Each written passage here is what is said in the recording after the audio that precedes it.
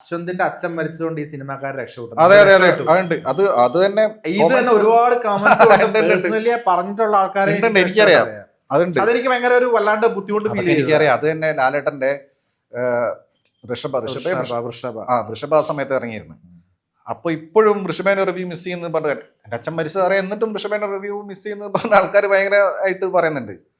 അപ്പൊ അച്ഛൻ മരിച്ച ഉടനെ തന്നെ വന്ന് ഞാൻ ഈ വേഷം കിട്ടി റിവ്യൂ ചെയ്യുന്നത് ഒരു ഔചിത്യമല്ലല്ലോ. നമ്മളൊരു ഇതായി പോലെ. അതിനുശേഷം അച്ഛൻ മരിച്ച ശേഷം ആദ്യം കണ്ട സിനിമ സർവമായ, ഒരാഴ്ച കഴിഞ്ഞിട്ടാണ് കണ്ടത്. അപ്പോഴേ ആൾക്കാരൊക്കെ അറിഞ്ഞ്. പിന്നെ അതിന് മുൻപ് ഞാൻ അവസാനമായിട്ട് അച്ഛൻ മരിക്കുന്നതിന് മുമ്പ് അവസാനമായിട്ട് ചെയ്ത വീഡിയോ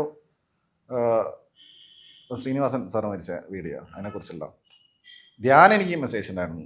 നമ്മൾ തുല്യ ദുഃഖിതരായില്ലേ എന്ന് പറഞ്ഞിട്ട്, സാറില്ല ബ്രോ സ്ട്രോങ് ആയി നിൽക്കണമെന്ന് പറഞ്ഞിട്ട്.